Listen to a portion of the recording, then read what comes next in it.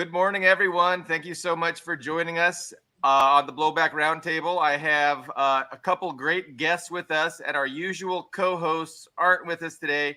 Ben hopefully may pop by a little bit later, but I've got Jeff Brown from Normandy, France, and Leo Zhao is in Berlin, Germany. Jeff, could I trouble you to tell me a little bit about yourself so our viewers know where you live and about your work and stuff like that? Yeah, I'm a French-American dual citizen. I live in Normandy, in Cherbourg. I worked in China for 16 years, and it's my second home. I read, speak, and write the language. I wrote the China trilogy. I am the founder of the Seek Truth from Facts Foundation. I have China Rising Radio Sinoland as my platform, my website, and I also have another website called China Tech News Flash, and I'm also a co-founder and the curator of the Bioweapon Truth Commission, and I'm really happy to be on the show with Leo tonight because he's a great friend and a comrade, and it's a pleasure to be with him tonight. So, thank you. So it's an honor for me, Jeff, to have you on. I became familiar with your work 5 years ago, or maybe even more than that. But your book about China is communist, damn it, that was great and eye-opening. When I was having my political awakening, less than a decade ago, trying to figure things out. There's so many narratives about China, and it's hard to figure out truth from facts, kind of like your other project. And but I think if somebody is genuinely honestly interested, they can get to the bottom of things despite all these false narratives. But you and Godfrey Roberts and a lot of the members of the China's Writers Group were very helpful in helping me to discern truth from facts. So it's an honor for me to have you on the program. Thank you very much. Leo, it's also an honor, but you're always here. So I'm not gushing as much about you, but no, thank you guys both very much for coming on. Oh, you should gush. I should. No, very nice to be here. Thank you.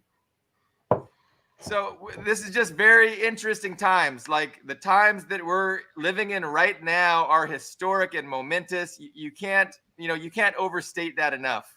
Where do we want to begin? So I like to begin with the title of my program. The title of our program today is Genocide, Myth and Reality. There's a real, actual, legitimate genocide going on right now before our eyes. And yet the West is not only just silent about it, but it's supporting it. It's enabling it. And then not long ago, there was a fake genocide that everybody wanted to, everybody in the West wanted to promote and get everybody agitated about and riled up about. And it wasn't even an actual genocide. So how can we understand that? How can we, rationalize these two different narratives and what's going on? Leo?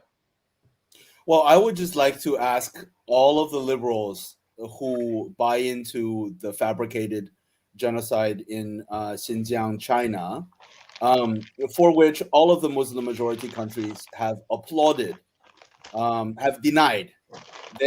All of the Muslim majority countries in the world have applauded China's response and solution to the very real problem of jihadist, separatist, fundamentalist terrorism in China. But I would just like to ask all of the liberals who are pro-Palestine, right? Because this issue has been very well exposed in the West, and a lot of information has come out over the years due to the hard work of Palestinian activists and many other things, and also just the fact that it's been going on for 75 years. So Western leftists and progressives know more about Palestine, and there's a big, significant faction that is pro-Palestine, right? But most of whom buy into the fabricated, fake genocide in Xinjiang, right? I would just like to ask all of these people and some of my friends and former friends, you know, how they make sense of all of the Western states absolutely supporting 100%, using the same language as they do Ukraine, all the way, whatever it takes, we will support Israel, right? Supporting this literal genocide, gruesome, brutal, thousands of people killed a day, injured and killed a day right now. How do they square that with the Western states supporting a full-on genocide in front of the eyes of the world, the cameras of the world, and the rivers of tears that they cry for Muslims in Xinjiang, right? I mean, it's literally not, no amount of mental gymnastics can square that. It's literally these same states cry for Muslims in Xinjiang, and they at the same time support the genocide of Muslims in Palestine. Yeah, I don't know how they do it. And you know what? We should have invited a liberal here, but we don't have one. But that's the problem. That's the problem with liberals, and it's the hypocrisy of Western imperialism. I'd like to It's ideology. I would just like to say that, you know, this whole Xinjiang thing, the CIA with George Soros created the East Turkmenistan, you know, free republic. It's supposed to with a baby with a sky blue flag and everything, and of course they've got offices in Washington and London and Paris and Berlin, and they get millions of dollars in NGO money. And one of their, and they have a flag and a website, and one of their quote representatives went to New York and at the UN, and in the empty assembly hall of the UN, it could have been at 2:00 in the morning for all I know, gave this speech claiming that at that point, I think they were saying 200,000 or 300,000 Xinjiang people were living in gulags, blah, blah, blah, blah, blah. That was taken. Of course, it got registered in, unfortunately, all that gets registered in the United Nations logbook, you know, as an official speech. The next day, of course, the lockstep brown shirt, jackbooted Western media took it, and everywhere, thousands of outlets around the world simultaneously. And it wasn't before long, you know, just blasting out genocide, you know, gulags in Xinjiang. That's how the West works. By the time they got finished, you know, it had been inflated to 2 million. And as Leo pointed out, every majority Muslim country has visited Xinjiang and loves what China's doing. There's 25,000 mosques in China. There are like 25,000 total. There's, I mean, I don't know how many there are, but most of them are in Xinjiang, about 20,000. There's six of them in Shenzhen, which is about as far away as you can get from Xinjiang. You can go to my wife and I lived 200 and 300 meters from a mosque in Beijing. If you're a Muslim, you can pray. You can pray. So anyway, I actually haven't published it yet, but a guy from the U.S. consulate last year was having a trade meeting. He was in the commercial, the trade portfolio. And one of the American businessmen raised his hand and made a complaint about the fact that they had banned cotton from Xinjiang, because he was obviously in the clothing business or the textile business, and he was not happy. Well, this guy with his Chinese employee from the consulate, U.S. consulate in Guangzhou, was caught saying in front of everybody, "Listen, we know it's not true what's going on, and this is not really going on in Xinjiang. We know it's not true, but we need to use this. We need to use this to put pressure on the Chinese government, for regime change." And he actually said that in this group, in this commercial meeting. On WikiLeaks, there are cables from the U.S. Embassy in Beijing back to Washington, clearly stating it's a lie. It's a lie. They know it's a lie. So everybody knows it's a lie, but don't tell that to CNN and BBC and the Washington Post and what I call the big lie propaganda machine. It's not the truth that matters. It's to destroy the communist socialist way of life of the Chinese people. That's the goal. Nothing else matters. So it's interesting how they used the pretext of this UN speech, and that gave a license for all the Western media, the whole apparatus, to shift into gear and start proliferating this narrative. And that's exactly how it works. And it works, you can look at any number of false narratives that the media just runs with, and it's always there's a new one every day, it seems. Yeah, facts don't matter. It's about emotion, right? It's about a feeling that they create among Western populations to be against China, to have an emotional response to communism, to socialism, and to China. The facts are very easily verifiable. Everything that we are saying, Google, anyone who has Google can Google how many mosques are in China and in Xinjiang, thousands and thousands. Anyone with Google can see, new Uyghur fashion designers, right? That just made a big splash in the fashion industry in Asia, right? There are these like amazing photos of brand new, or not brand new, but like new stars in the fashion business.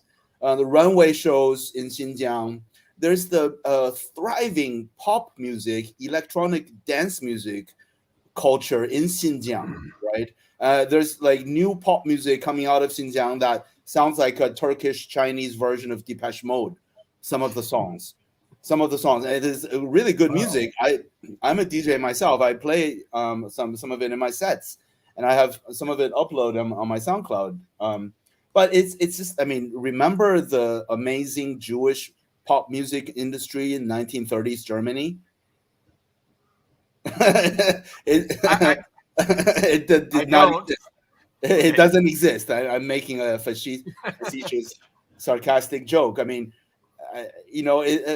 People that are so oppressed that they are making next level 21st century hyper modern traditional dance music. It's just ludicrous. And tourism has bloomed in the recent 5 years. Something like 2 million people, I don't remember the numbers, visit Xinjiang every year. And so the facts are out there. There's hundreds, thousands of videos on YouTube. People are uploading them. YouTube can delete them because many of the Xinjiang accounts have been deleted by YouTube of Xinjiang Uyghur residents showing what their daily life is, and just deleted by YouTube. But there are still hundreds, thousands of videos of people celebrating Muslim holidays, dancing in the streets. Just pure good vibes, right? Just like hundreds of people dancing to their traditional music in the streets, smiles everywhere, right? Now, imagine like the mood of this in the streets of a place where people are oppressed, systematically oppressed. right? Never mind concentration camps and genocide. Like, let's just say, like, people are systematically oppressed. What would the streets feel like? You must be talking about Europe and the United States. Detroit. Yeah, Like, it would Detroit. feel like Detroit. Like, desolate and just sorrow and loneliness, and the streets would be just, I mean, but watch these videos from Xinjiang. There are hundreds, thousands of them. So what was going on? We already mentioned earlier that there was a separatist group that was being funded by the U.S. and supported, and they had an ideology. They had one of these ISIS-like intolerant Wahhabist, non-Muslim. I mean, they called themselves Muslims, but it's a perversion of Islam, and this was the ideology that the U.S. was promoting and funding. Now, I've heard that, Uyghur Muslims have been practicing winemaking in China for 1,000 years. And this new strain of ISIS-like Muslims was chopping the hands off of Muslim winemakers because, they didn't appreciate, them brewing alcohol or making wine. So it's not like these separatists had broad-based support in the province of Xinjiang. How do you say that? Xinjiang. Xinjiang. Xinjiang. Thank you. Xinjiang. Xinjiang. Yeah, much better. Oh, well, 很好. Very good. All right. So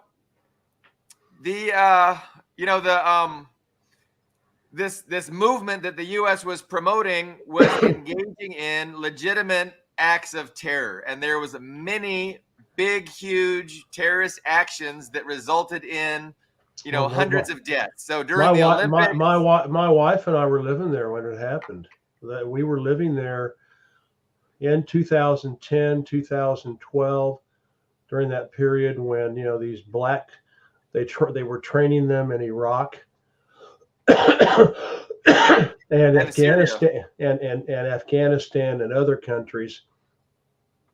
And that is no man's land out there. I mean, there's no way you can guard the border. I mean, there's the Tarim Basin, and there's mountains, there's mountain ranges, and even Afghanistan physically connects with China at the Khyber Pass. So it's impossible to guard the Chinese border.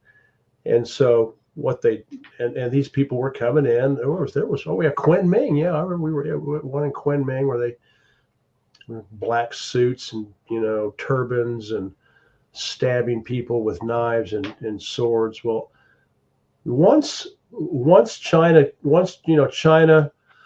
at that point, I even wrote about this. They realized that all that Saudi money, all that Wahhabi money pouring into all these thousands of mosques in China was poison, and that they were being infected with Wahhabist,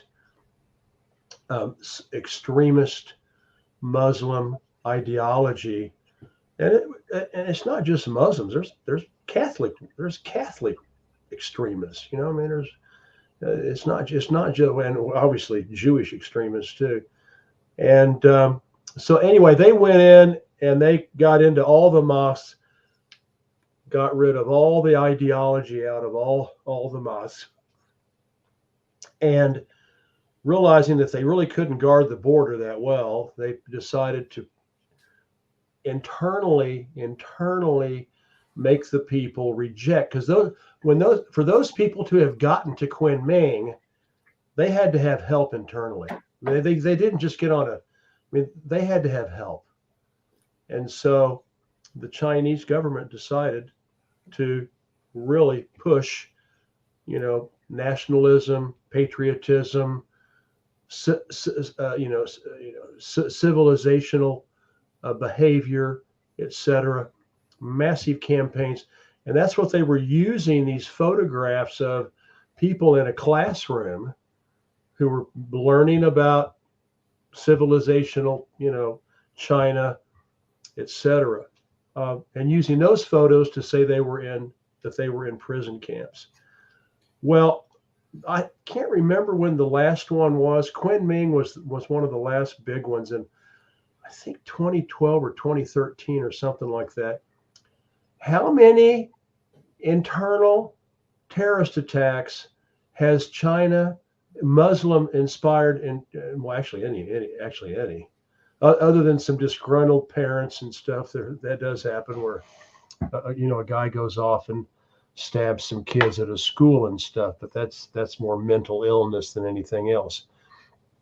But in terms of organized Muslim terrorist acts in China since 2013, how many has China, with 1.5 billion people, and is as big as Canada and the United States? How many attacks have they had? More than 2,000. Oh, No. since then. You mean since then? Yeah, zero. And yes, you don't think the Uyghurs don't like what is going on? Do you think they liked all those attacks and all that crap? The Uyghurs are loving it. I mean, yes, they're getting rich. Their annual growth rate's like 10% a year. Yeah. So all these videos of how developed and rich Xinjiang has become, how prosperous. I mean, according to the UN and according to Human Rights Watch, there has been no abnormal influx of refugees from China to any of the surrounding 5 Muslim majority countries that border Xinjiang. Right? It's a bus ride away. You were talking about there's no way to patrol the borders. It also goes the other way, right? Like if Uyghurs wanted to escape China, they can very easily just take a bus, walk across the border. Exactly. There are 5 Muslim majority countries that border Xinjiang, and since the 90s up until the educational and economic development program, which eradicated the problem, there were more than 2,000 terrorist attacks in China from these CIA and NED ultimately funded extremists. And I have to point out, one of the educational programs of the Communist Party in eradicating this problem was to read the Quran, was to teach the Quran to people who are infected with Wahhabism and extremist Islam, to show them, like, no, what you believe in is a sick, perverted version. That's not Islam. So reading of the Quran was part of the educational program that China implemented. So we know that. Go ahead. I just want to point out that before they started this massive campaign in Xinjiang and there's nothing wrong. I mean, if you want to call it re-education, fine. I mean, that has Orwellian overtones for Westerners, but the people needed to be re-educated. They needed to go back to school, like Leo's talking about. And before these terrorists would infiltrate, across, through the mountains and everything. Well, there were enough sympathizers in country, who would listen to their crap, that could get them to cities like Beijing and Kunming and Guangzhou and other places like that. Now, if those guys try to come across, they can't get a football field further inside China, because the Xinjiang people are going to go, "Hey, here they are! So it's come and get them!" A successful response to this legitimate problem. If the U.S. was going to be consistent with how they're dealing with Israel, they would have declared openly, China has a right to defend itself, and we're going to ship all kinds of arms to China so they can carpet bomb the province. Like, that would have been consistent from the West. But instead of doing that, they want to pretend that this tremendous response, the correct response to that kind of a thing, which is really to flood the province with opportunity and prosperity, and flood it with development and money for industries and to create jobs, to educate the people, teach them a trade, like that's the best response you could possibly do, win hearts and minds. And that's what they did. But the U.S. claims that's a genocide. Meanwhile, Israel has a right to defend itself. And, we're going to hand them all the bombs they need to carpet bomb Gaza. It's so evil. Especially with the Belt and Road Initiative, now Xinjiang, between East China, coastal China and the rest of Asia, Russia, and all points beyond all the way to Europe. Xinjiang is now just, throbbing with economic activity because it has become a nexus. It's become a nexus for all the railroads and and other electrical, high power lines, telecommunications, everything, spanning across Asia. So I'm going to go back. My next trip, maybe not my next trip, but my trip after. I've been to Xinjiang, and I want to go back and do and maybe spend a month there and do a report. So I will go. Please come back on our program and share what you saw. So that's exactly right. Their future, right now, the efforts of development and bringing prosperity have been tremendously successful. They've won hearts and minds, but this is only the beginning. Because of their location, their geographic location, right at the beginning of this Belt and Road going all over the planet, the future is super bright. So, good for the people of that province. And again, that's the proper way to deal with these kinds of problems. And the U.S. and Israel. What if Israel would have just flooded Gaza with development and aid? Do you think there would be people trying to break out of that concentration camp and kill Israelis? I don't think so. No, and I just want to point out also the same thing with Tibet. And the same thing with Mongolia. Something like 90% of Tibetans speak Tibetan language and can read and write Tibetan language, and it is taught in the schools. By contrast, how many Cherokee in the U.S. Speak their original language? And also, just zoom out. This has always been the socialist way of doing things, right? Giving people, ethnic minorities, not only autonomy and sovereignty, giving them, self-determination, education, economic development.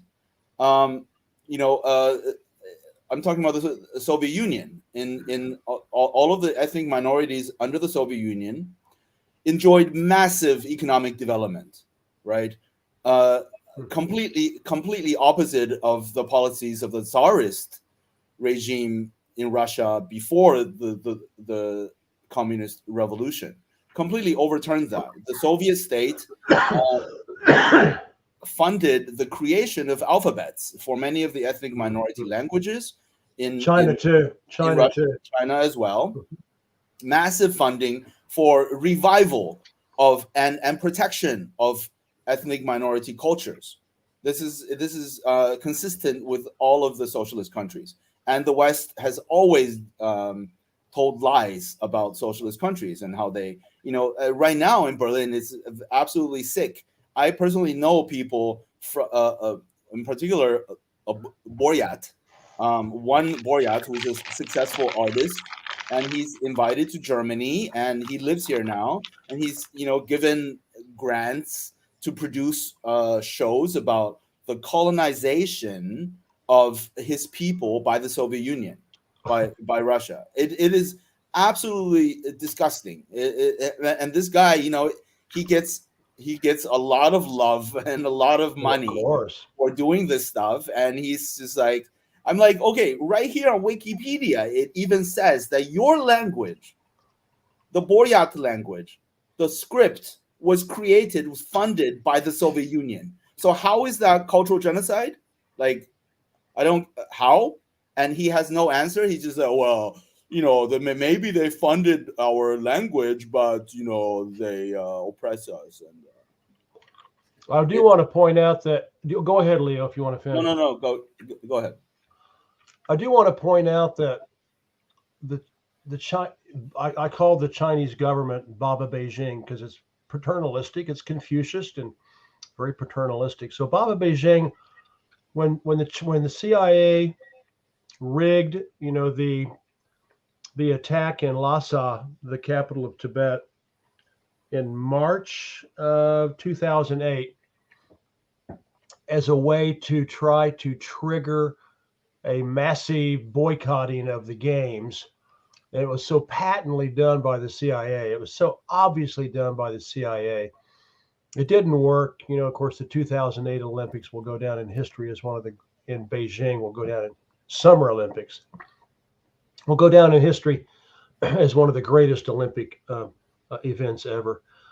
But that they realized at that point that their policy of promoting Tibetan language at the expense of Chinese was a mistake. And I mean, it was just all Tibetan. There was very, very little Chinese after grade school. And so they realized Tibet was coming in online, high-speed trains were coming in, and airports were being built, and Tibet was becoming another, Xinjiang. But these poor Tibetans couldn't find jobs because they couldn't speak Mandarin properly and read and write Mandarin properly. So that socialist ideal about preserving minority cultures is just as big in China as Leo's talked about in the Soviet Union. And I've written about it in my books. They're spoiled rotten. They get anything they want.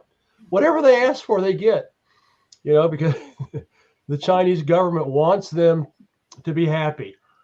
They're spoiled. And those policies make Western affirmative action pale in comparison. Yeah. And so let me just go ahead and finish. So then they went on to a massive Learn Chinese campaign, and the adults who had already gotten out of school, and in the last 10 years, they've done a remarkable job. Now the curriculum is more balanced. They speak, read, and write Tibetan perfectly, but now they also speak, read, and write Chinese perfectly. And so that, I just want to point that out. And now because of that, Tibetans are, joining corporations and businesses and, all over China, all over China. Now they're now being able to go outside of Tibet and get jobs around the country, work for China, work for companies, so because now they speak, read, and write Chinese. So anyway, I just want to make that comment. There's 1.4, 1.5 billion people in China. 92% of them are the Han majority. Is that true? Mm-hmm. And then there's like 38-ish recognized. 55. Okay. 55 recognized ethnic minorities, and they get special treatment, like you guys are saying, which is, within socialism, there's a long history of that, from Lenin, protecting and promoting these individual cultures and celebrating them, under the umbrella of socialism. And that's just patently different from the West's approach. So the West sees these differences as ways to divide societies, to weaken societies, and to further their imperialist interests. And that's just the card they play over and over and over again everywhere. Western imperialism has sought to further its interests. Oh, so, just mention Native Americans, Aborigines in Australia. I mean, it's been total. They weren't genocide. Treated so well. Understatement of the century. Yeah. So we've got some we've got some clips we can play and discuss. I know Leo thought this Norman Finkelstein clip was interesting. I found one from Glenn Greenwald about He's quite a guy. some Zionists in New York just expressing, some really Nazi-like, thoughts. Should we try and see if we can? That's because Zionism is fascism. I mean, there's no difference. Yeah, we can talk about the roots of Zionism and also of the Jewish state a little bit, and also of the Hebrew language, and also in terms of ethnicity, like the construction, the arbitrary, totally cynical construction of the Jewish identity that is absolutely integral to the colonial fascist project. But we can deal with that a little bit. But if you want to play those clips, play yours first, and then the Norman Finkelstein if you want to play them.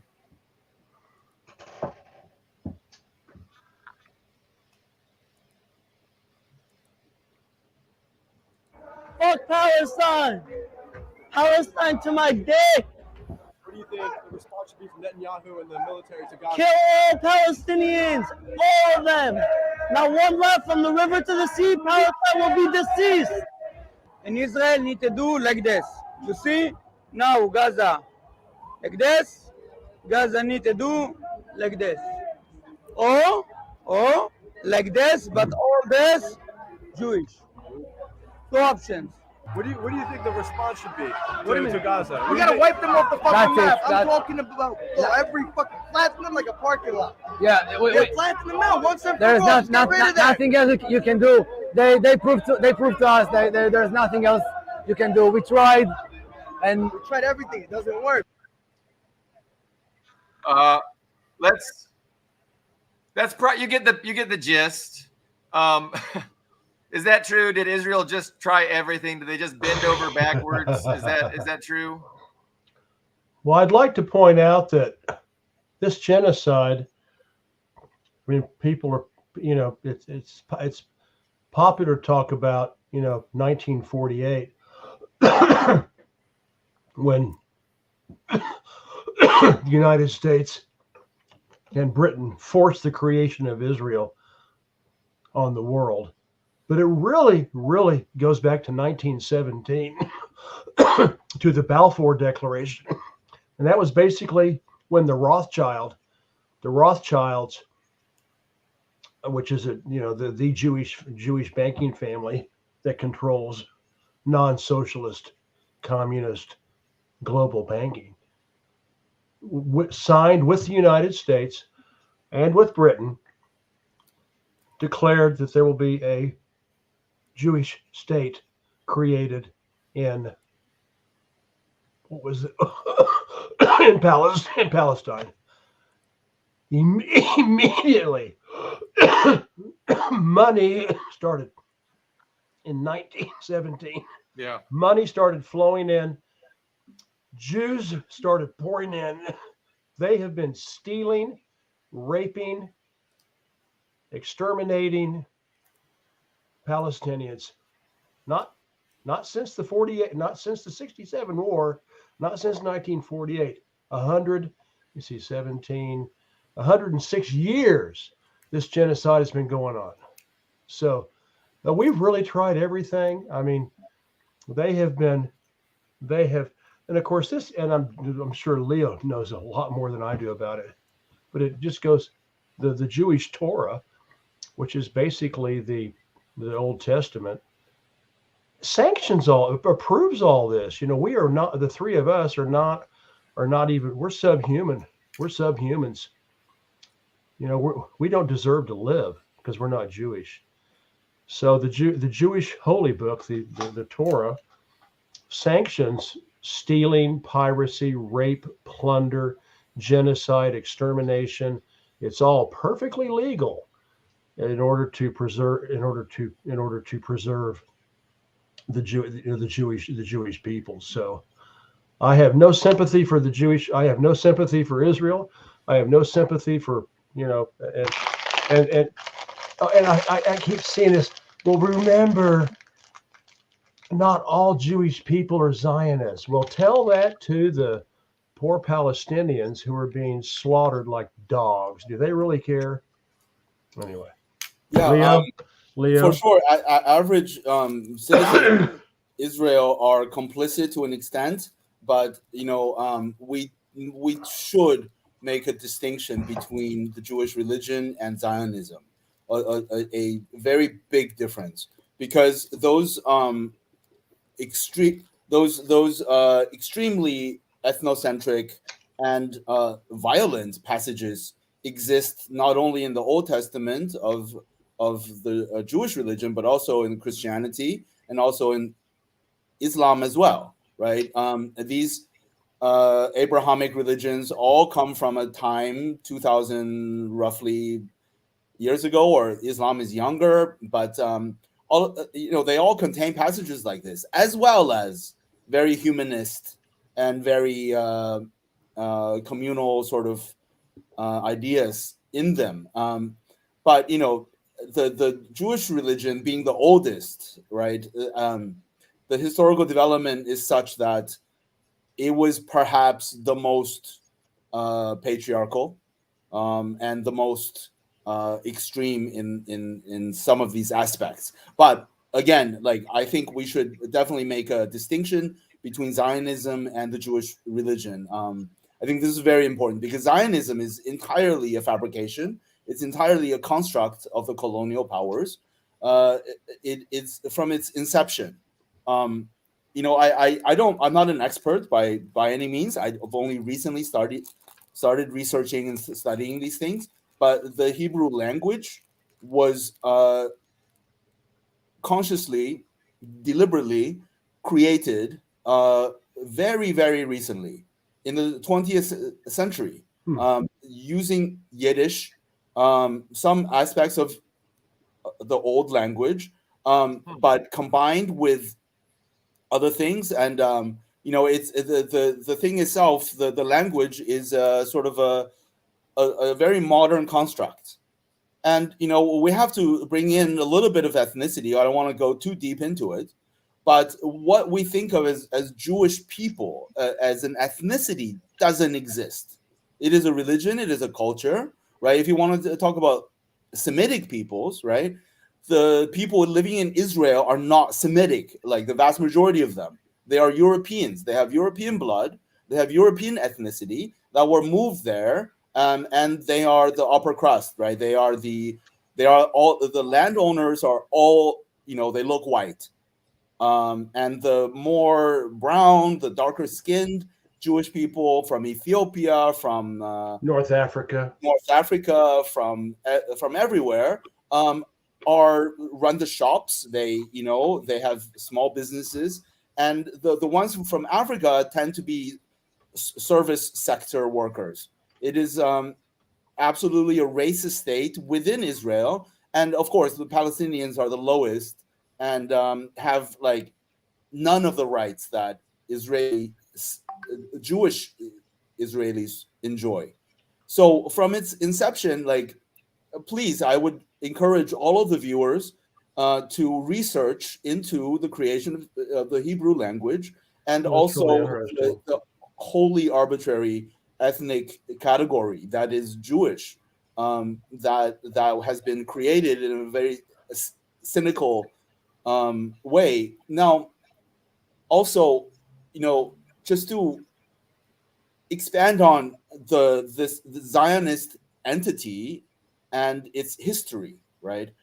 I was listening to Ben Norton, a very good program very recently about Israel's footprints all over South America since its inception in the 50s, I think, or late 40s was it? But they have been funding, arming, and training paramilitary right-wing death squads all over South America. Israel, the IDF, has been training these paramilitary with funding from the CIA to exterminate indigenous people in South America, in Guatemala, in Honduras, in Colombia, all over, in Chile, all over South America, exterminating indigenous people, burning down thousands of villages of indigenous people, massacring, mass murdering leftists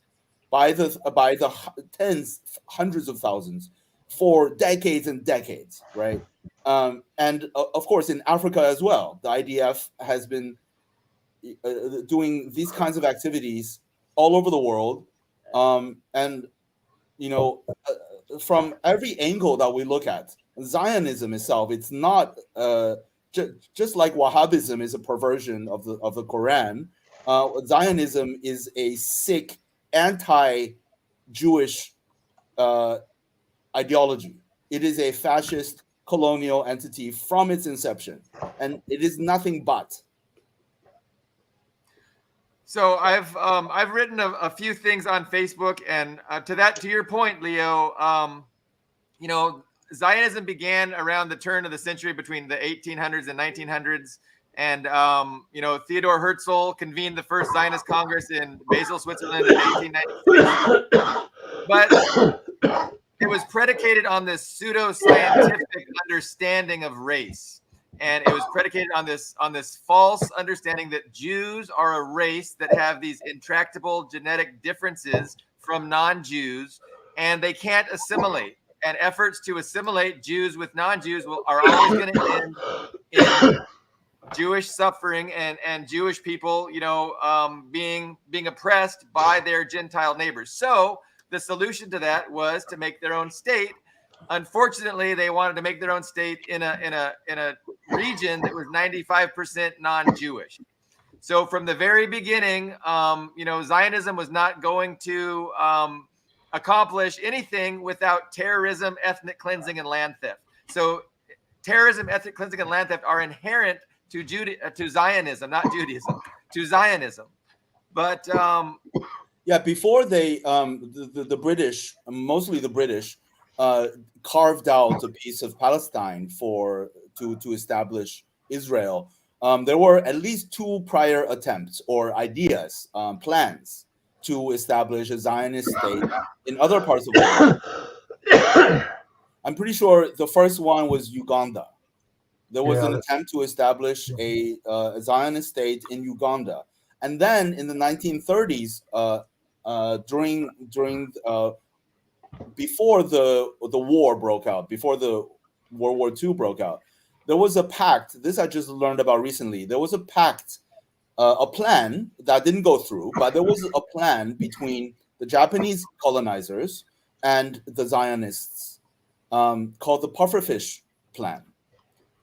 And it was that the Japanese, the idea was that after Japanese successfully colonizes all of China, that they would give the Zionists a piece of China in what is today Manchuria, or what it was called Manchuria, to establish a Zionist state.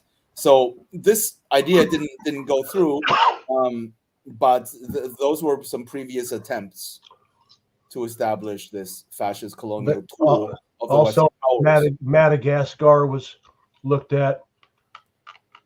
To play a little bit of the devil's advocate, and I'm kicking myself that I didn't get it, but I met another China Writers Group member, Amir Khan, who's a professor at Hunan University in Changsha, China. We spent a few days together and traveled around together, and he mentioned a book, and I should have written it down.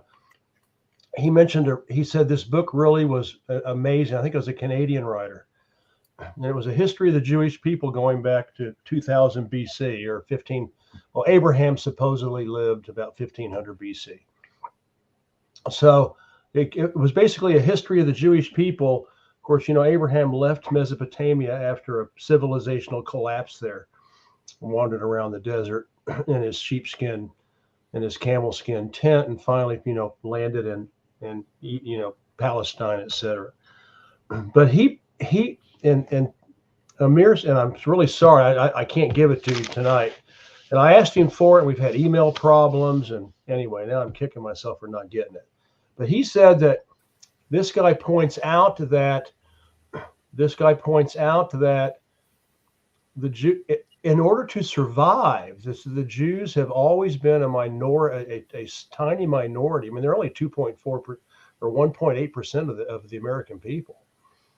So they've always been a minority. Everywhere they've been, they've always been a tiny minority. And he pointed out and just showed case after case after case that the Jewish people learned how to survive by pitting the majority people against each other, fomenting discontent, between the bigger groups, so that they would ignore them and not do anything against them. And anyway, so I do want to try to get the book and read it, but creating wars outside of them and let everybody else slaughter each other so that they could survive has been a survival tool for the Jewish people, for thousands of years. And I'm sorry, I don't have the name of the book, but I'll try to get it and send it to you. And just to continue that train of thought, the Jewish cultural category of Jewish people have been repeatedly victimized in since Rome, or even before Rome, right? And it is true that they were forbidden to take other jobs, to own businesses and to have other jobs other than banking. And that is one of the reasons, that is the primary reason why a lot of Jewish people in Europe did go into money lending, because they were discriminated against. And this fact fed into the Nazi racist idea of Jewish bankers, and they control the world, which still persists today. I mean, there's an element of truth in that, but it doesn't mean what the fascists mean, right? And there is a larger point here, that anti-Semitism, of course, does exist. Anti-Jewish racism, of course, has been a major force in Europe through the centuries. And with the establishment of capitalism, right, a lot of social dissonances, conflicts, and contradictions arose. People were unhappy. People were broken up from their families. People were exploited brutally since the 1600s, 1700s, 1800s, 1900s. And all of the contradictions of capitalism that has victimized people were blamed on the Jews. This is, I think, the central point, that why anti-Semitism is a little bit different, or a lot different, from other kinds of racism, in that all of the emerging contradictions of capitalism was blamed solely on the Jews, scapegoated on the people that were more or less forced into banking professions. And they were successful. They're smart people. So I just wanted to point out the origin of this idea that Jews control the world and they control the banks and all of these ideas. That they've caused all the wars. That's kind of what Hitler accused communism of being a Jewish plot for global domination. And so yeah, there's it's a complex sickening. It's complex, but it's absolutely sickening, and especially with what we were talking about earlier. The establishment, the construction of the Jewish racial identity, which is wholly arbitrary, right? And the creation of the modern Hebrew language, and the establishment of the Zionist state. And I mean, knowing all of this, right, just makes this, Jews control the world idea even more stupid. It's just completely ludicrous. So I guess before then, the Torah must have been in Latin and Greek. It must have been, if it wasn't in Hebrew, it had to have been in Latin or Greek. No, I mean, Yiddish existed. Okay. But I'm talking about 2,000 years ago. Yeah, I guess the Torah had to have been either in Greek or Latin, because that's what the Bible was in. Yeah, probably. So, I mean, back then in 2,000 years ago, there was no distinction between Christians and Jews, except for religion. Mm-hmm. They're all Semitic peoples. They're all Semitic peoples in that region of the world.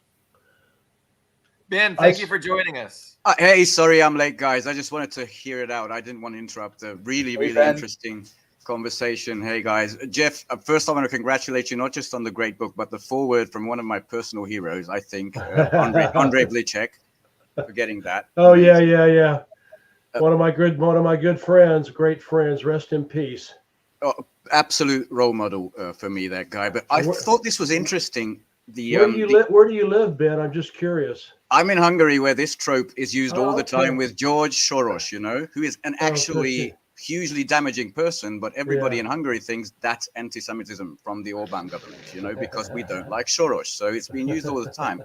What I found interesting is, yes, anti-Semitism, they poisoned the wells and all that. That predates capitalism. That came from the Western European nation states. And it was all, even during feudalism, they had to get, sort of the modern artisanal service jobs in the cities, I guess, the urban centers. They weren't laboring out in the fields. And a lot of that, which, existed from just the average working people, for them, that envy, that already got weaponized before it actually took off, and took the world into one empire or the other. But yeah, very interesting, very ancient. Not sure I contributed much so far, but I'm really interested on where this is going. And so the official narrative is that Israel, and it depends on if you're doing the official Christian narrative that believes that Israel is fulfilling a fulfillment of Bible prophecy, and they believe that the Jews are a people. And they will argue that they're genetically linked. They are the genetic descendants of Abraham, Isaac, and Jacob. Now, that just falls apart, right? Because you have Ethiopian Jews, you have Persian Jews, you have Iraqi Jews, you have Eastern European Jews.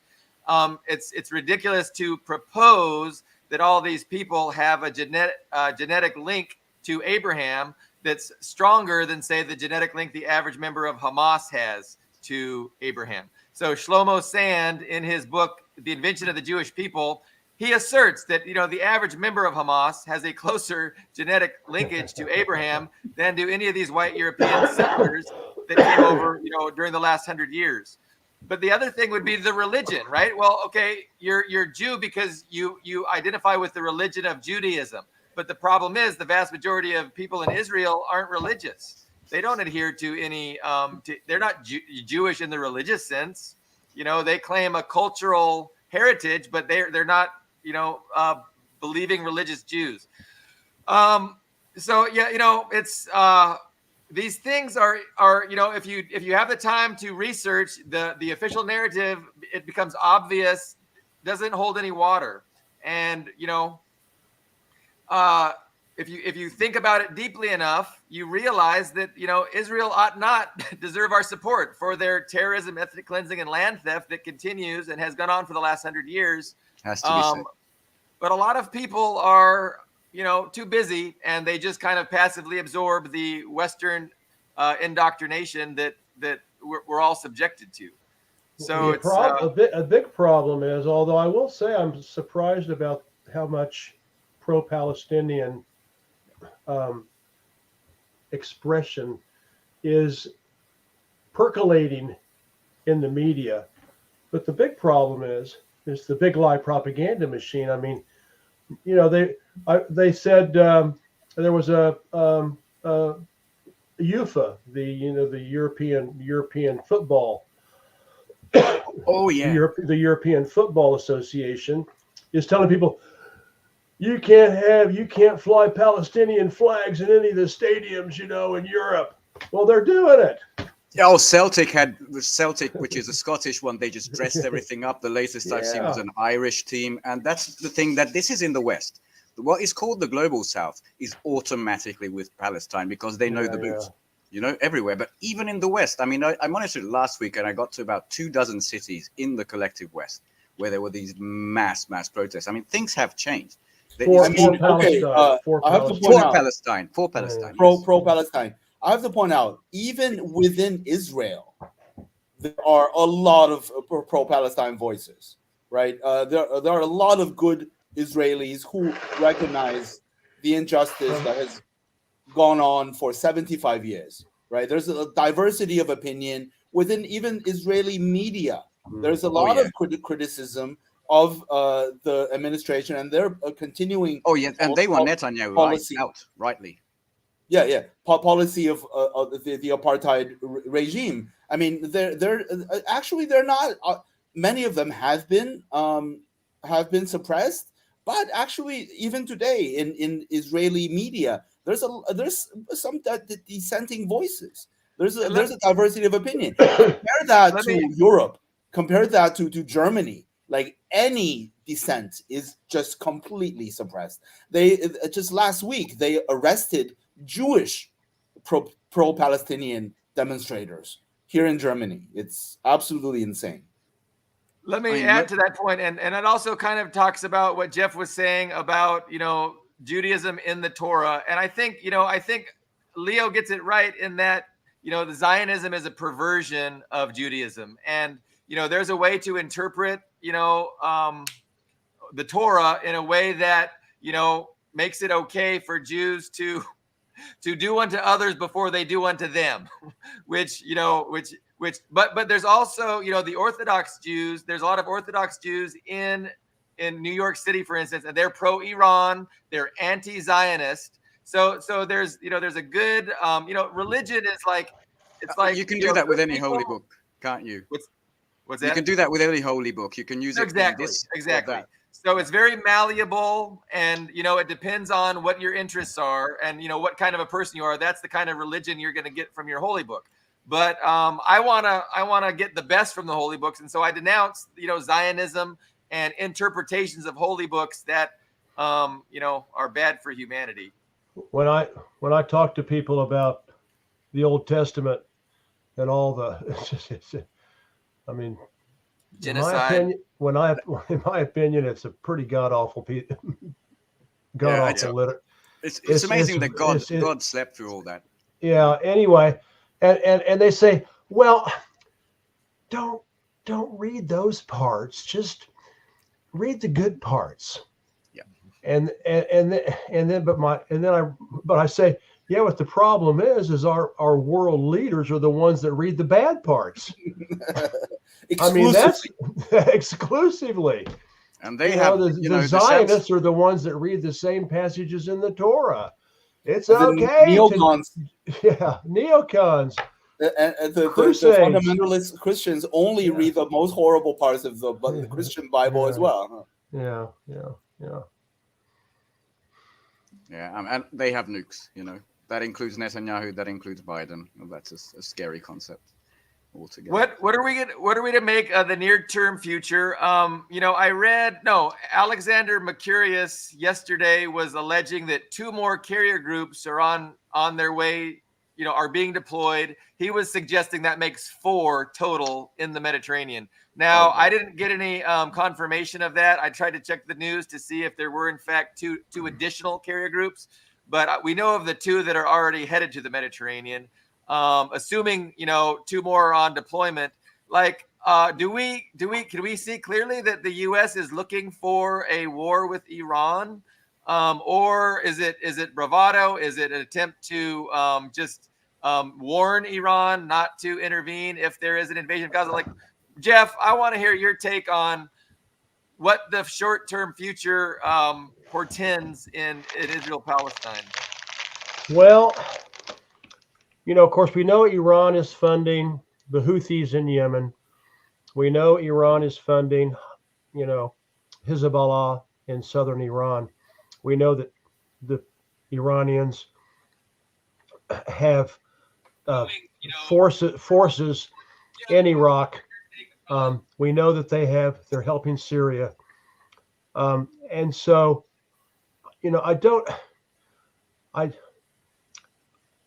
I think Iran is like China. It really does not want to get into a hot war. I mean, they've got 80 million people. Their economy is suffering from all the sanctions.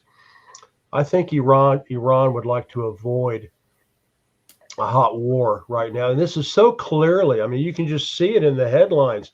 Biden tells Netanyahu to hold off on the invasion, and the United States is going to help with the invasion. Palestine is the new Ukraine. The United States is using Ukraine to attack Russia, and the United States is using, well, Israel, if you want, to attack the Arab world.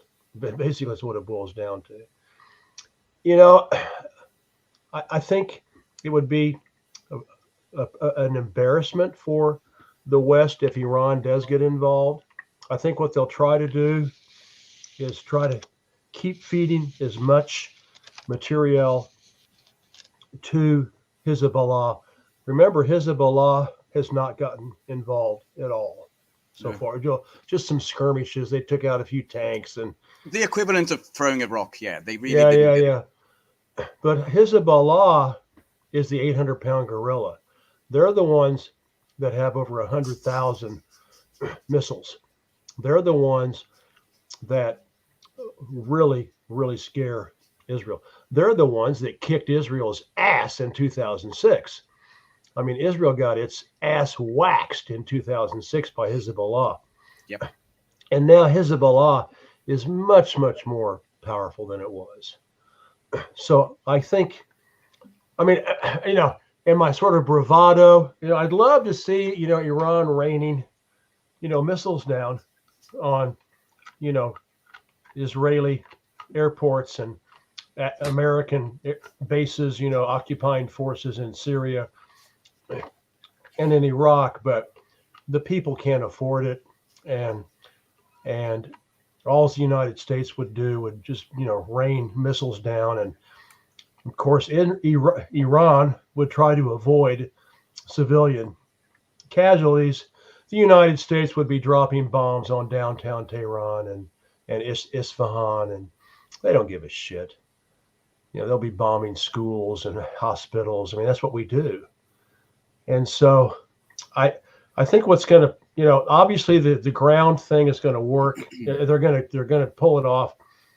I was a little bit alarmed. I mean, I'm sure Hamas and Hezbollah must have thought about this, but I heard that that Israel was talking about flooding or pumping nerve gas into the tunnels of Hamas, and I don't know what that would do. I don't know if it specifically said with U.S. Navy's administration or something like that. So it's not just us, you know. Yeah, of course. And I think the 2 extra aircraft carrier units are so that the U.S. will be trying to take out as many Hezbollah, you know, missiles as possible. You know, apparently, I don't know if it's true or not, but they put an aircraft carrier unit over in the Persian Gulf that apparently had a good effect against the Houthis drones. I don't, you know, from bombing Saudi. That's supposed to be resolved, but it never seems to end. Saudi forces, you know, still occupying Yemen. So this is clearly another proxy war. The United States with France and England and Germany.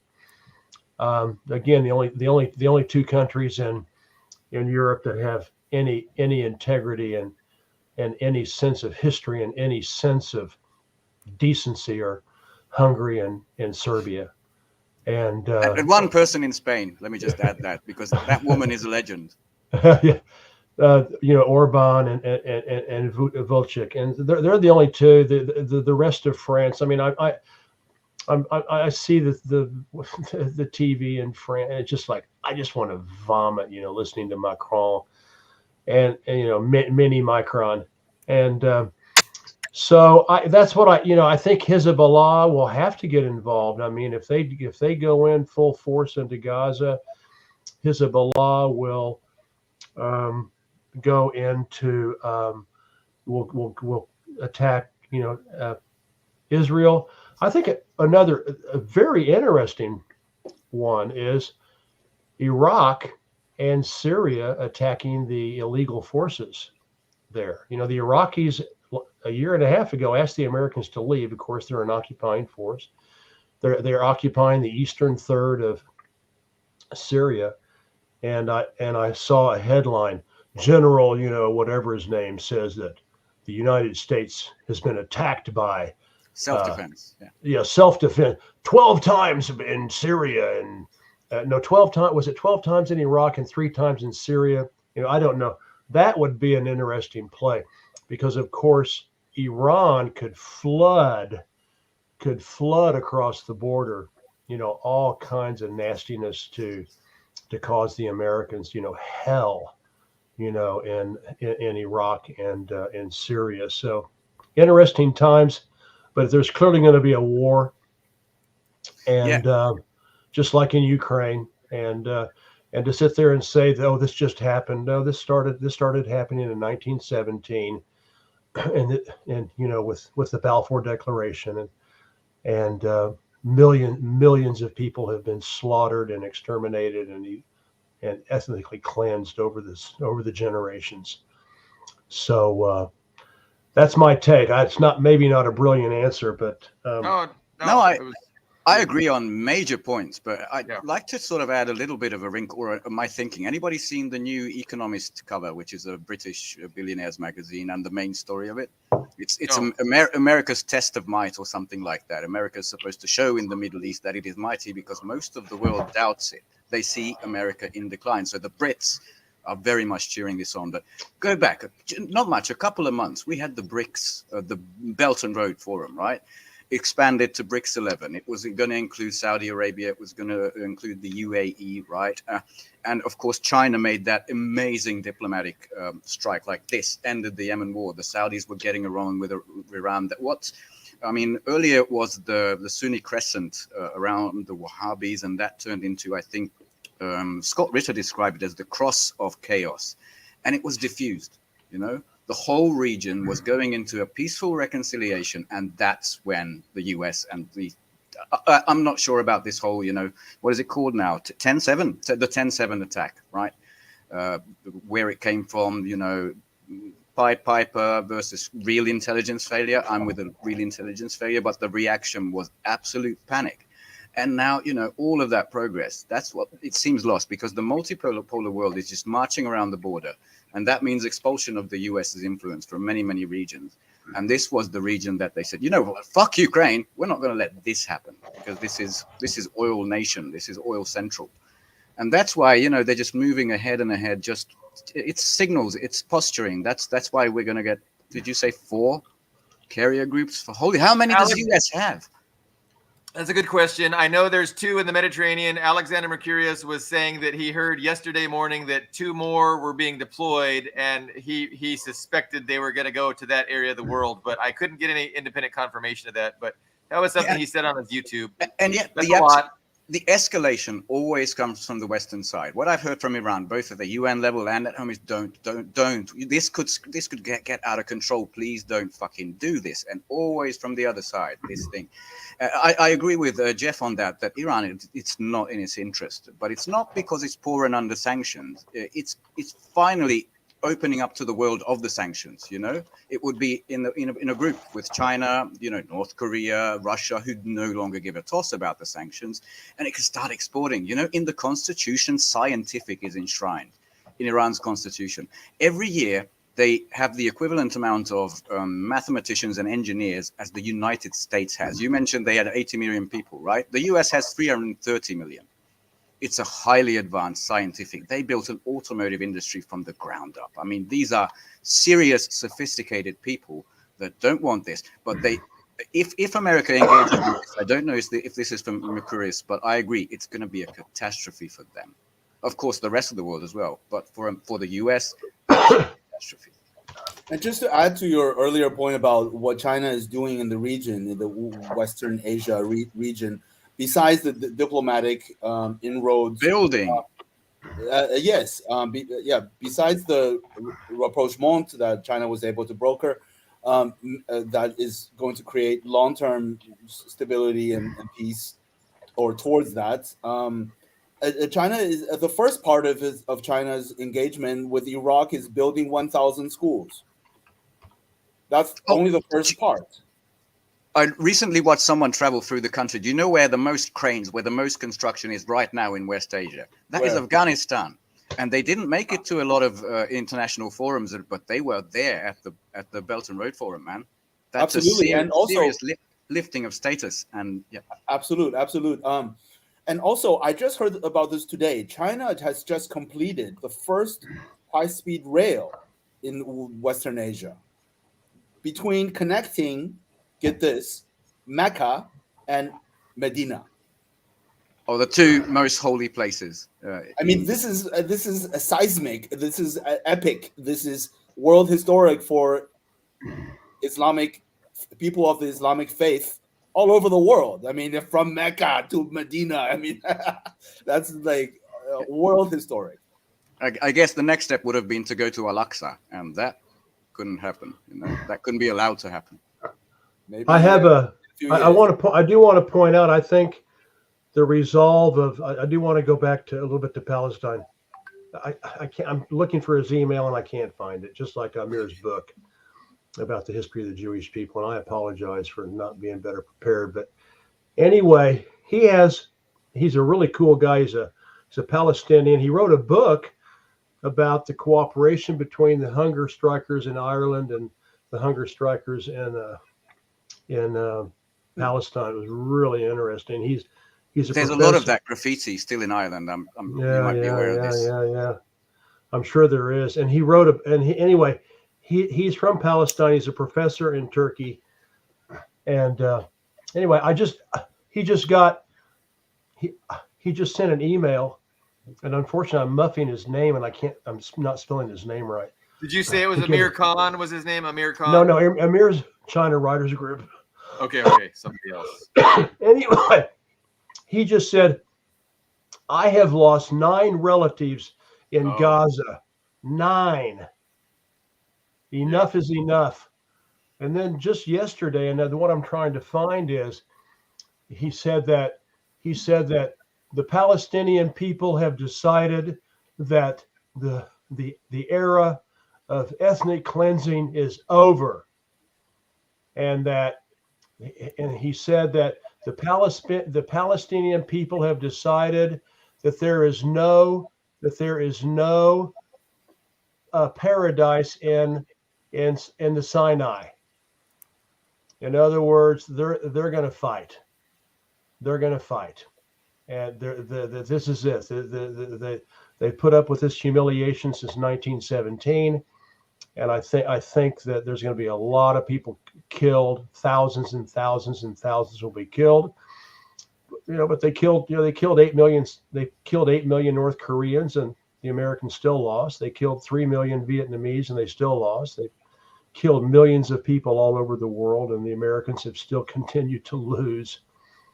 And so, but I think it's going to be really, really, really bloody. I think I think there's going to be a lot of Palestinian martyrs, and I just, I think that, and let's just keep our fingers crossed that it turns out to be as big a disaster for the Americans as Ukraine is. I think it will. Yeah. On your first page, it's really heartbreaking. You can find what do you call when there's more than one message? Threads on X about the last messages of before people got martyred. And it's like full of, I don't care if I go to heaven, we will one day be free. It's like a testament to people's will. Absolutely amazing. And I downloaded, it was like a huge, many 100-page PDF, the latest, the Palestine Medical Association, something like that, the death report. The first 43 names were identical. That's like an extended family gone, absolutely gone. It's heartbreaking. But at the time when I left for my thing I had to do today, the last thing I saw was Douglas McGregor and Scott Ritter both mentioned that, I couldn't find this anywhere official at the time, that there was this little expeditionary force, like a little tasty bud thing, that the Israelis and the US sent into Gaza, into the bombarded region, and they were dead. And they were gone. So again, treat this as rumor, for scuttlebutt for the time being. But if that's true, that's fucking significant, because the news about, okay, we're going to delay, we're not going to sign the military order to actually commence with the invasion, that came out a couple of hours after this. Maybe they're reading Ho Chi Minh's papers on the People's War. Hey, absolutely, the Hamas. And I'm sure the Hezbollah fighters have been studying Viet Cong tactics Mhm. extensively over the years, not only in recent years, but yeah. Which were of course influenced by Mao Zedong and the People's Army in Absolutely, China. Mao I Zedong as mean, well. yeah, Ho Chi Absolutely. Minh met Ho Chi Mao Minh, yeah.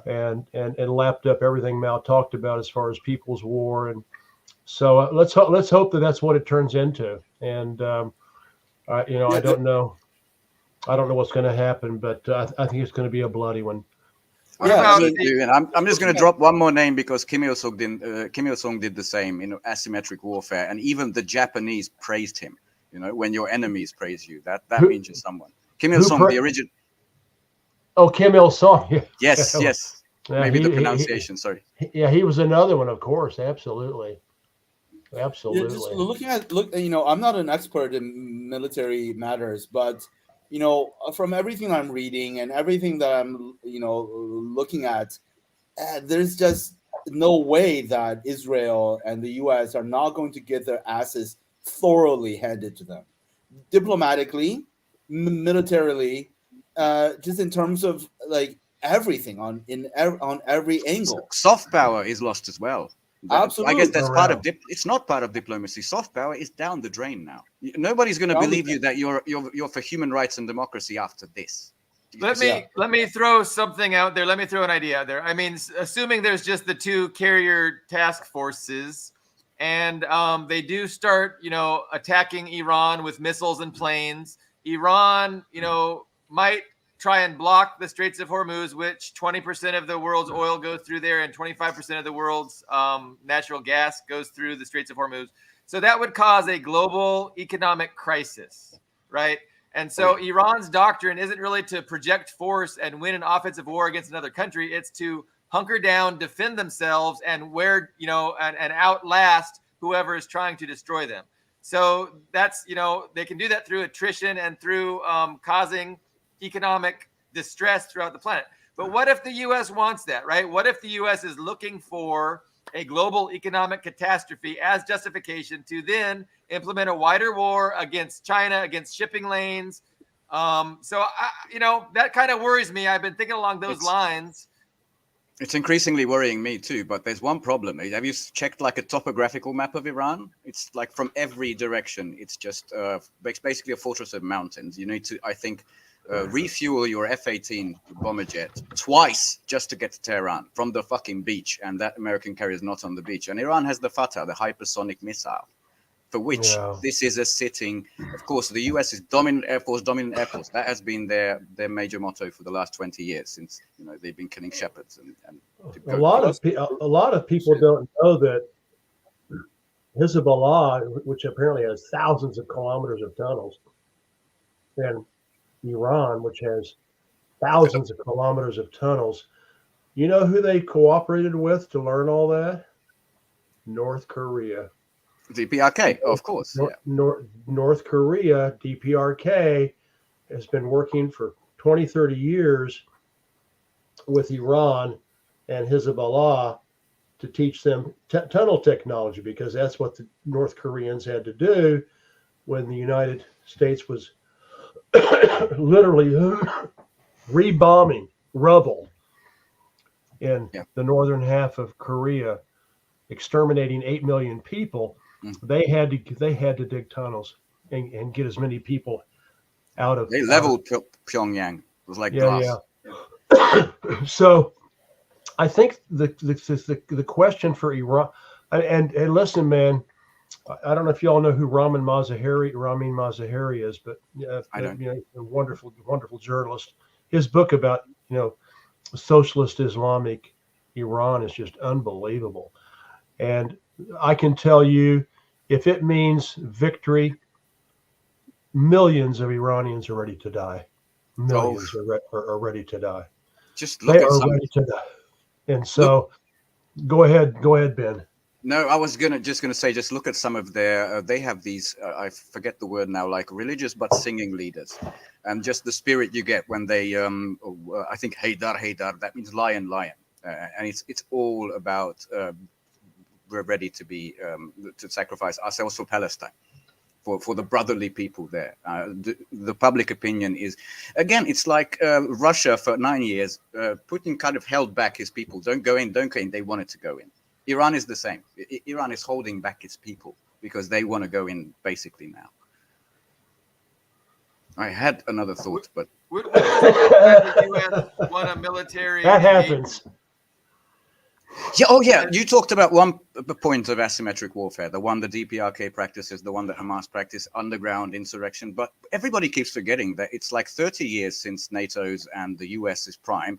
And as I started saying, their mantra, their doctrinal response is Air Force, flatten everything, and then we go in with a few people, clean up.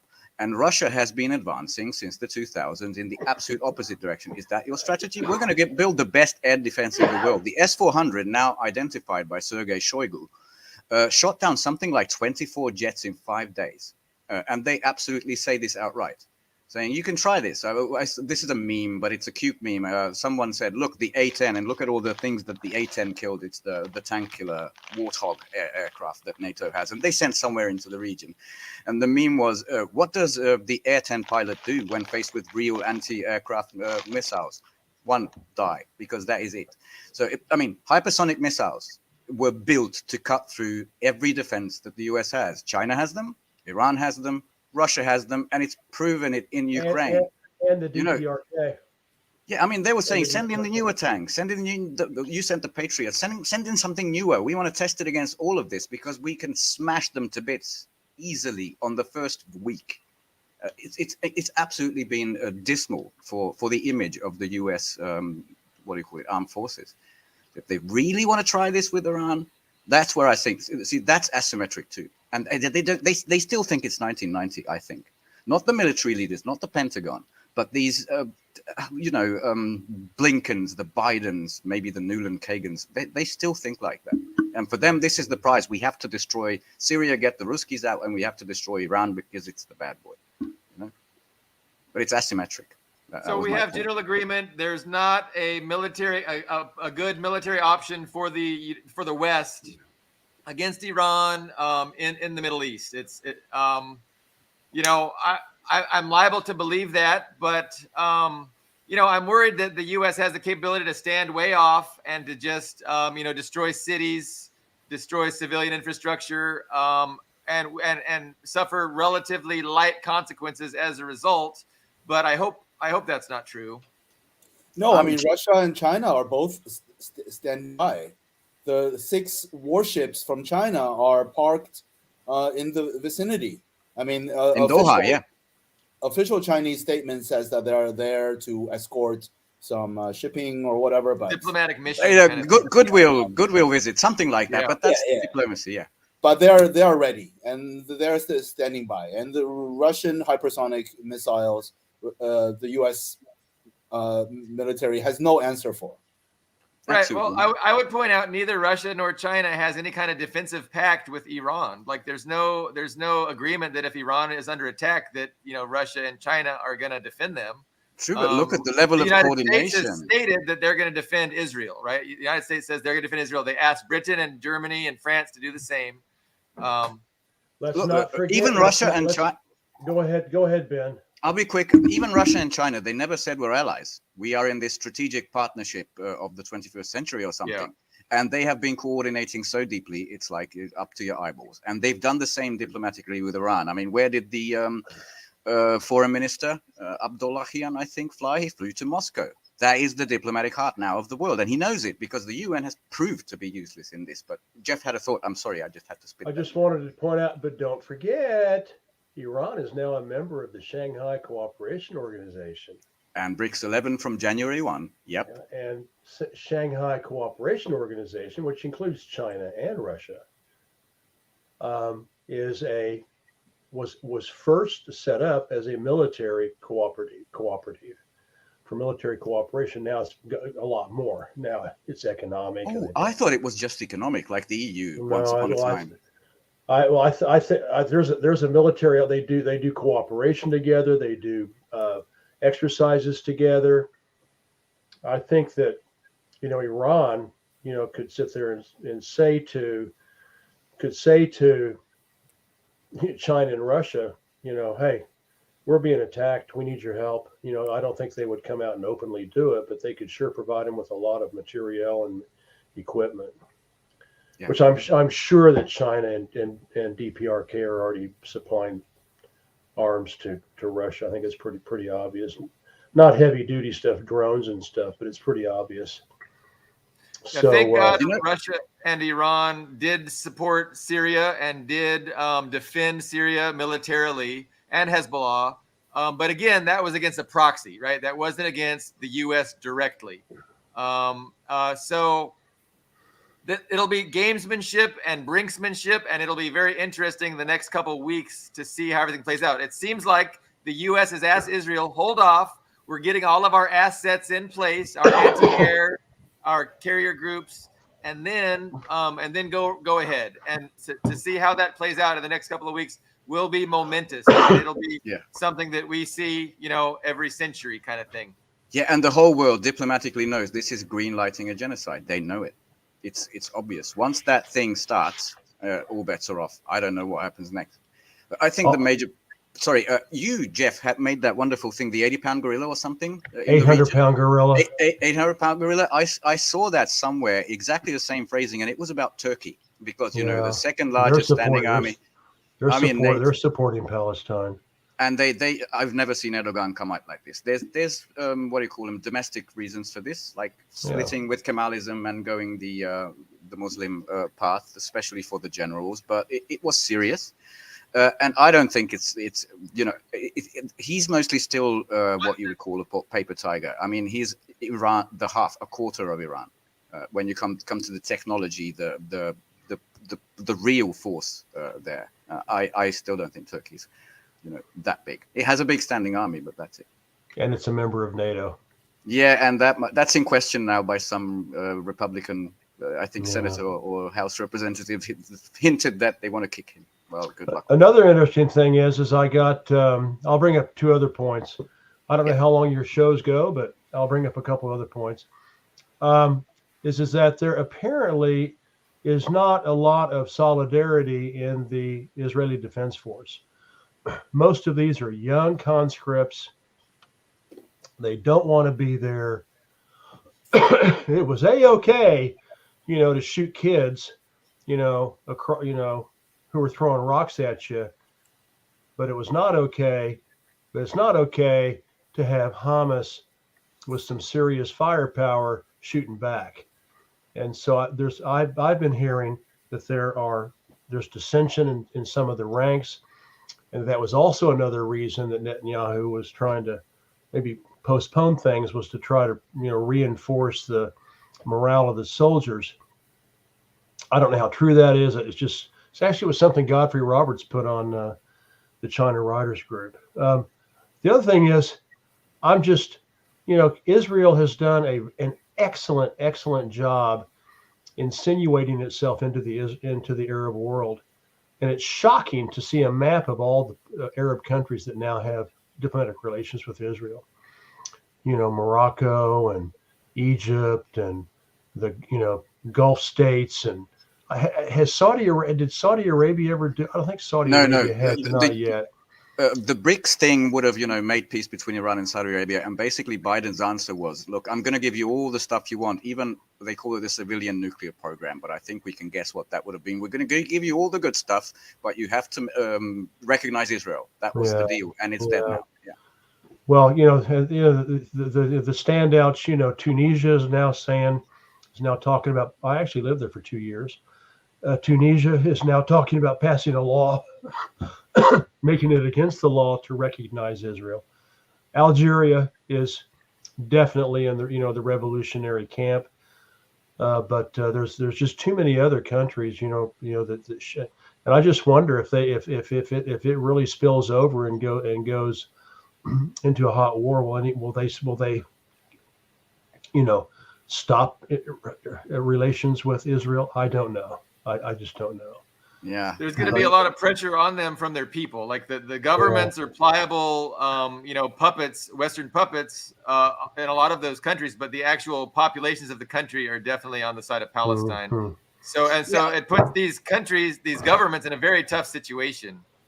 That's a really good point. Also, second point on this, that they can speak really tough in diplomacy. We've seen Qatar, not cancel the invitation of Joe Biden. Egypt has gone all out, brothers and sisters, but they have massive U.S. bases on their soil.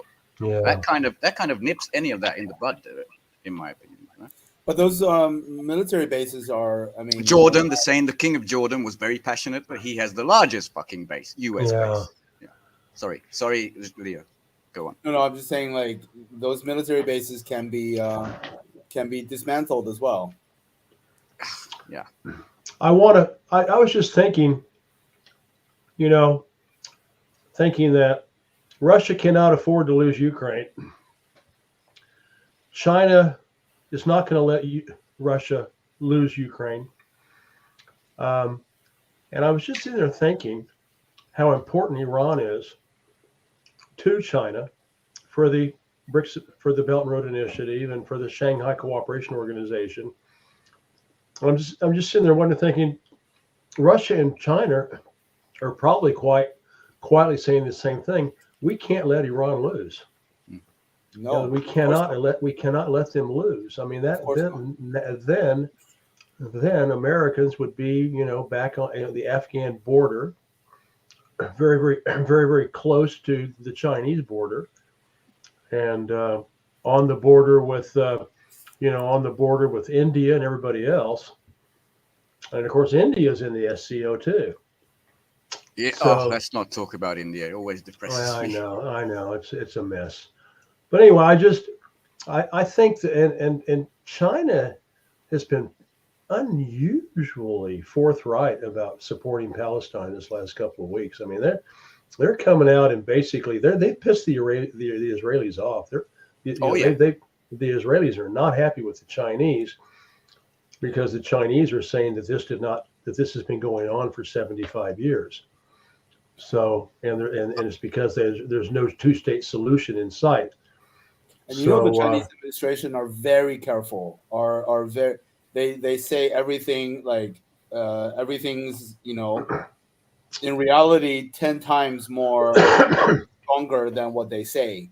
Yeah. And any statements, any positions that they put forth is like very, very well thought out, and it has to be advantageous, not only ideologically or concerning like any other thing, but pragmatically. Right? I don't have it in front of me, but I'll paraphrase it. But just so you know, China doesn't do this lightly. Once every 10 years, maybe. It's so serious. This was Premier Li Qiang. I'm not sure the pronunciation. Li Keqiang. Thank you, Li Qiang. And he had that much, just about 2 paragraphs. And it was a statement saying, we support Iran, especially against foreign meddling in its internal affairs. It's a huge commitment from China. That is unusual from the foreign ministry. It was it. Yeah, I don't think it's leaped in my radar. Yeah. I don't think it's possible for the West to overthrow the government of Iran. I think they can do damage to the economy, to the infrastructure. They could probably kill millions of people, but they would need to occupy the country to get rid of the government.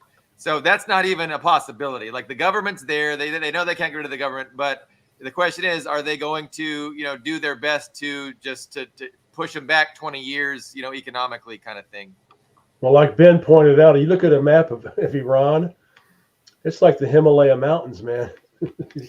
Exactly. Look at the topography. And don't forget that ever since the Shah, they have been watching America closely. They've been very, very sanctioned, like more sanctioned than Russia at one point. And every plan they have made has been exactly in this direction. That's why most of these drone facilities, the hypersonic missiles, they're deep underground. You can't even reach them with bunker busters. They're proud of this. People who came up with some sort of new meshing of metals and concrete that has the most stopping power against these bunker busters, it came from Iran, that technology. They're not incompetent people. And hugely, everybody thinks it's all about the Ayatollah. It isn't. It's very decentralized. There's these Basij councils everywhere around. And the charity councils and that's what I think. I think most people misunderstand what Iran is. And Iran is first and foremost a very socialist country. It's extremely socialist. They don't call themselves that, but in effect, just like Russia doesn't call itself that, they say not capitalism, but Islam. That's the official Iranian way. But it's highly more people focused than anything in Western Europe, say, even the Nordic welfare states. The socialist project in Iran has deep roots. It has been derailed by U.S. proxy wars. The Iraq the war between Iraq and Iran can be seen absolutely as a proxy war. Maybe the first one. in '88. Yeah, that massively derailed the socialist project. But even before then, the U.S. backed regime change operation, but those roots are strong as ever. Yeah, Iran is, I put it like this, far more technological, of course, but it's like the people of Cuba. You know, you can land whatever you want on the shores of Cuba. Those people are going to be out in the streets within hours, and it's just going to dismantle whatever you send to them. Because another country that knows people's war very, very well. Yeah. So guys, ultimately, I have to go. Go ahead. Okay. All right, Leo, thank you so much for joining us. It's been great. We've been going a long time. I was going to make a final point about the ultimate. You don't have to wait for the optimism. Like there is ultimately the decline of the West and the rise of China, and the anti-imperialist bloc is what's that word? Inevitable. Irreversible. Yeah. It's irreversible, inevitable. I think anything the U.S. tries to do militarily to forestall that inevitability is going to just accelerate their own decline. So ultimately, I have no concern about how things are going to play out, but it's interesting to speculate about how things are going to actually how that actually does play out.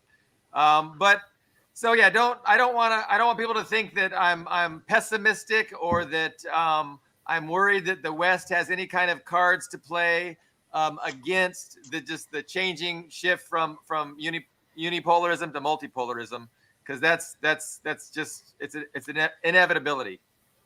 I think it's a good. Well, go ahead and say something, Ben, and then I'd like to close it out. Jeff, you will have the very last word on today's show, but I just wanted to add that there's 4 pillars of power that any country can practice. First is political. That's your alliances, the people who vouch for you at the UN. US has lost that. I mean, the Russian UN resolution, like 7 staunch allies of the US abstained, which has never, ever happened before. That's amazing. Second is ideological.